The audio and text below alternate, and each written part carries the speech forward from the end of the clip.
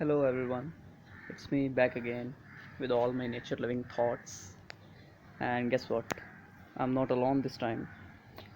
हमारे साथ ये मोहतरमा भी हैं जो कि हमसे ज़्यादा नेचर लविंग हो चुकी हैं इस टाइम पे। उन्होंने हमारी बात को शायद लिटरली ले लिया और हमने तो कहा था कि नेचर से प्यार करना है, उनसे लव करना है, और इन्होंने नेचर को अपना घर बना दिया। Very good. सो खैर, coming back to the point. So I was thinking कि लाइक अभी ये रिसेंटली कल जो है वो एक इन्वायरमेंट डे यानी कि सॉरी अर्थ डे गुजरा है। सो कि जिसमें पॉइंट ये होता है कि अवेयरनेस क्रिएट की जाए regarding earth and our environment, और ये लाइक के हम किस तरह से अपने जो लिविंग का एरिया है उसको बेहतर बना सकते हैं, लिविंग मतलब इस दुनिया को बेहतर बना सकते हैं, इसको प्रिजर्व कर सकते हैं। पर बात फिर वही है कि इस तरह के दिनों का, इन अवेयरनेस कैंपेन्स का या इन डेज़ को मनाने का क्या फ़ायदा, कि जब तक हमने इसके ऊपर अमल नहीं करना, इस चीज़ को सीरियसली नहीं लेना कि ये कितने एक इम्पोर्टेंट चीज़ है। मतलब कोई भी जब एक रिलेशनशिप होता है वो गिव एंड टेक के ऊपर सर्वाइव कर रहा होता है, कि हम किसी से जितनी चीज़ ले रहे होते हैं उसको इन रिटर्न उतना करना भी होता है। नहीं तो फिर वो एक वन साइड सीन हो जाता है और उसमें एट द एंड वो चीज़ ख़त्म हो जाती है। ये एक नेचुरल बात है। हम इस टाइम पे अपनी अर्थ के साथ यही कर रहे हैं। क्या कर रहे हैं कि जी हम उससे इनटेक ले रहे हैं, हम इंडस्ट्रीज़ लगा रहे हैं, हम इस्टेब्लिशमेंट बना रहे हैं, सब कुछ कर रहे हैं, घर बना रहे हैं, ये लोग वो लाइक दैट यूटिलाइज़ कर रहे हैं। लेकिन हम यूटिलाइज़ करने के साथ साथ ओवर यूटिलाइजेशन की तरफ जा रहे हैं। ये बात वही है कि जहाँ पे कहा जाता है कि आप मॉडर्नाइजेशन जब आपकी हो रही है, मतलब 3 स्टेजेस है ना लाइफ की, एक प्री मॉडर्निज़्म, एक मॉडर्नाइजेशन और एक पोस्ट मॉडर्निज़्म। तो यहाँ पे वही बात है कि हम पोस्ट मॉडर्निज़्म में जाने के बजाय हम रिस्क सोसाइटी की तरफ जा रहे हैं, जिसमें क्या हो रहा है कि हमारा जो पूरी दुनिया है वो स्टेक पे लगी हुई है। हमें इस चीज़ को ख़त्म करना है, इस चीज़ के बारे में वर्किंग करनी है, और उसका एक ही तरीका है जो कि मैं हमेशा कहता हूँ, बी सिंपल सेव नेचर। और वो कैसे होगा कि जब हमारा माइंडसेट चेंज होगा। माइंडसेट किस चीज़ के बारे में? वो यही है कि जितना हम इन मटेरियल प्रोडक्ट्स से, मटेरियलिज्म से, मटेरियलिस्टिक सोच से दूर होंगे, उतना हम नेचर के करीब होंगे। ठीक है कि गाड़ियाँ जो हैं वो ज़रूरत हैं, ठीक है, आपको ट्रैवल में आसानी मिलती है, के लिए टाइम सेविंग है, सब कुछ है, लेकिन उसका जो अल्टीमेट इम्पैक्ट है हम उसको कैलकुलेट नहीं कर पाते हैं। यही हाल हर चीज़ का है। ठीक है, ये सब कुछ होना चाहिए, लेकिन इनके ऊपर ओवर डिपेंडेंसी जो है ना, वो जो है हैज़ार्डियस है। हम देखते हैं एक घर है, वहाँ पे जितने लोग हैं उतनी उतनी गाड़ियाँ भी मौजूद हैं। So what's the purpose of this? लोग हैं, उन्होंने अपने पर यूज़ के लिए भी रखी हुई हैं, इवन कहीं हर इवेंट के हिसाब से डिफरेंट चीज़ें उन्होंने मैनेज की हुई हैं। बट इट्स लाइक ये ओवर यूजेज है, और excess of everything is always bad.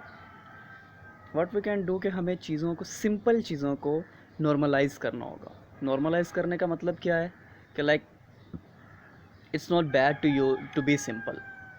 हम अगर लाइक मैं अपनी बात करूँ तो जिस तरह मैं कहता हूँ कि साइकिलिंग की तरफ आएँ, तो उसका पर्पज़ यही है कि वो आपके नेचर के लिए फ़ायदेमंद है, आपकी हेल्थ के लिए फ़ायदेमंद है, आपकी कंट्री के लिए फ़ायदेमंद है, और सबसे बढ़ के ये जो दुनिया है जिसमें हम रह रहे हैं, जिसने पैदा होने से लेके आपके मरने तक, इवन मरने के बाद तक आपका साथ देना है, क्योंकि दफन तो आपने इधर ही होने सी ज़मीन में। So you have to be like that, कि आपको चीज़ों को मैनेज करके चलना होगा, एक्सेस की तरफ नहीं। बात वही है कि हम चीज़ों का सॉल्यूशन नहीं देखते हैं कि उनको ठीक कैसे किया जाए, हम एक नई चीज़ को स्टार्ट कर देते हैं। लाइक चीज़ ख़राब हो रही है, उसको वहीं पे हमने क्विट किया है, और उसकी जगह पे हमने एक उससे भी नेक्स्ट लेवल की एक नई चीज़ निकाल ली है। तो हम देखते हैं जी कि ग्लोबल वार्मिंग हो रही है, ग्लेशियर्स पिघल रहे हैं, तो ठीक है, और वाटर उनकी वो पानी सारा हमारा वेस्ट में भी जा रहा है, और एट द एंड क्या हो रहा है कि ज़मीन का वाटर लेवल कम हो रहा है। बट हम क्या करते हैं, वाटर को वेस्ट करना कम नहीं करते हैं, हमने बोरिंग स्टार्ट कर दी है, हालांकि पता है कि वाटर लेवल कम हो रहा है ज़मीन का, हमने गहरे बोर स्टार्ट कर दिए और नीचे से पानी निकालना शुरू कर दिया है। तो हम ये नहीं कर रहे हैं कि हम अपने आप को कंट्रोल करें, हम अपने वाटर के यूसेज को हम ज़रा लिमिटेड करें, कैलकुलेटेड वे में इस्तेमाल करें। वेस्ट हमने वही रखा है उसकी, लेकिन क्या है कि प्रोडक्शन को हमने मज़ीद बढ़ा दिया है। सेम यही केस है कि हम फूड में भी यही करते हैं। फूड की वेस्टेज, अभी कभी आप रिसर्च करें इस बारे में कि हम एनुअली तो चलो बहुत दूर की बात है, मंथली हम कितना खाना वेस्ट करते हैं। अगर यही पता चल जाए तो जितने लोग भूखे बैठे हुए हैं, आधे लोग तो वैसे ही वो सर्वाइव करें, उनका पेट वैसे ही भर जाए अगर हम सिर्फ जो वेस्ट होने वाला फूड है उसी को कलेक्ट करना शुरू कर दें। Same is the case with every other thing कि हम नेचुरल रिसोर्सेज को और जो इस तरह की कोई भी रिसोर्स है हम उसको यूज़ करने से ज़्यादा उसका वेस्ट करते हैं, क्योंकि हम कैलकुलेटेड वे में नहीं चलते हैं, हम आने वाले वक्त को नहीं सोचते हैं, हम बस देखते हैं कि हमारे पास है, इट्स इनफ, तो उसको हम मैनेज करके नहीं चलते हैं। तो ज़रूरत इसी चीज़ की है इस टाइम पे कि हम चीज़ों को मैनेज करके चलें, कैलकुलेट करके चलें, क्योंकि देखें हम जब तक चीज़ का इम्पैक्ट नहीं ना कैलकुलेट करते तो हम नहीं चल सकते आगे। कोई भी एक काम करना है, करने से पहले उसका इम्पैक्ट कैलकुलेट करें कि अगर मैं ये काम आज कर रहा हूँ तो इसका आने वाले वक्त में क्या फ़र्क पड़ेगा, क्या असर क्या होगा इसका, either it is a positive और अ नेगेटिव थिंग। तो जिस दिन आप इस चीज़ का इम्पैक्ट कैलकुलेट कर लेंगे, आपके आधे मसले वहीं पे ख़त्म हो जाएंगे। लाइक अगर आप किसी भी, फॉर एग्ज़ाम्पल आप किसी सर्टन सिचुएशन में हैं, आप देखते हैं जी कि मैं गुस्से में हूँ, मैं अगले बंदे को गाली दे देता हूँ, तो आप देखें कि अगर आप गाली देंगे तो उसका इम्पैक्ट क्या होगा।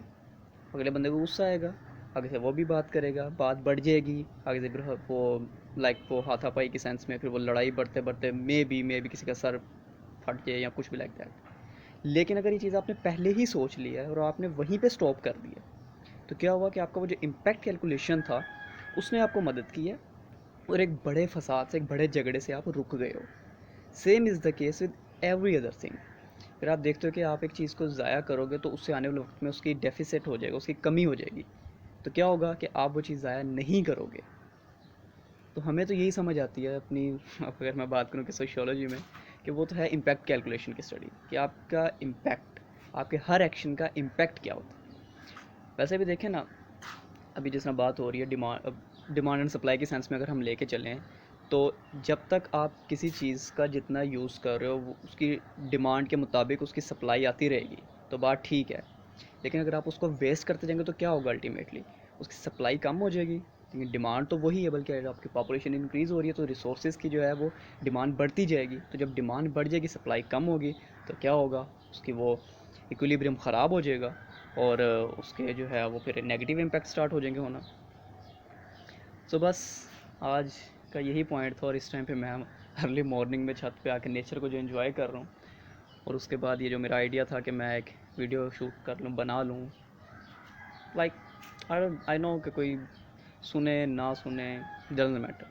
मेरा काम है कि अपने हिस्से की शम्मा जलाना, एक पॉइंट, एक मैसेज को कन्वे करना। कोई सुन ले तो भी ठीक है, ना सुने तो मैं तो सुन नहीं रहा हूँ।